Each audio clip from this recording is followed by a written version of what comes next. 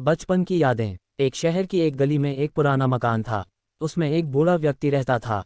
उसका न कोई रिश्तेदार था न कोई दोस्त। वह हमेशा अकेला ही रहता था। इस पुराने मकान के ठीक सामने एक छोटा सा घर था। उस घर में एक छोटा बच्चा राहुल अपने माता पिता के साथ रहता था। बूढ़े व्यक्ति को बच्चे बहुत अच्छे लगते थे। वह जब भी बच्चे को देखता था प्यार से हाथ हिलाता था। छोटा बच्चा भी अपनी खिड़की में खड़े होकर जवाब में उसकी ओर देखकर हाथ हिलाता था। धीरे धीरे दोनों की दोस्ती हो गई।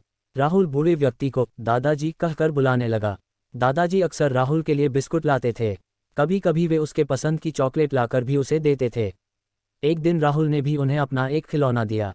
अपना टीन का सिपाही यानी टिन। दादाजी ने कहा कि वे इसे बहुत संभाल कर रखेंगे। कुछ दिनों के बाद राहुल ने देखा कि दादाजी कहीं भी दिखाई ही दे रहे हैं।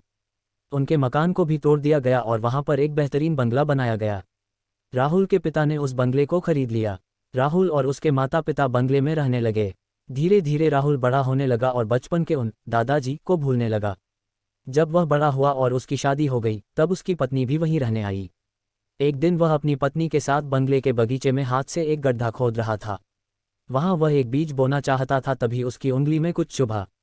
उसने खोद कर देखा तो यह उसका अपना टिन सोल्जर था जो उसने दादाजी को दिया था। उसकी तलवार की नोक राहुल की उंगली में चुभ गई थी। अपना बचपन का खिलौना देखकर अचानक राहुल को बचपन की सारी बातें और दादाजी याद आ गए। उसे याद आया कि दादाजी ने कहा था ये खिलौना मैं बहुत संभाल कर रखूंगा। राहुल ने अपनी पत्नी को बचपन की वह सारी बातें सुनाई। सुनाते सुनाते उसकी आंखें भर आई। वह टिन सोल्जर राहुल ने अपने घर में सजा दिया। उसका ये पुराना खिलौना हमेशा उसे बचपन की मीठी यादों में ले जाता था। साथ ही उसे दादाजी भी याद आ जाते थे।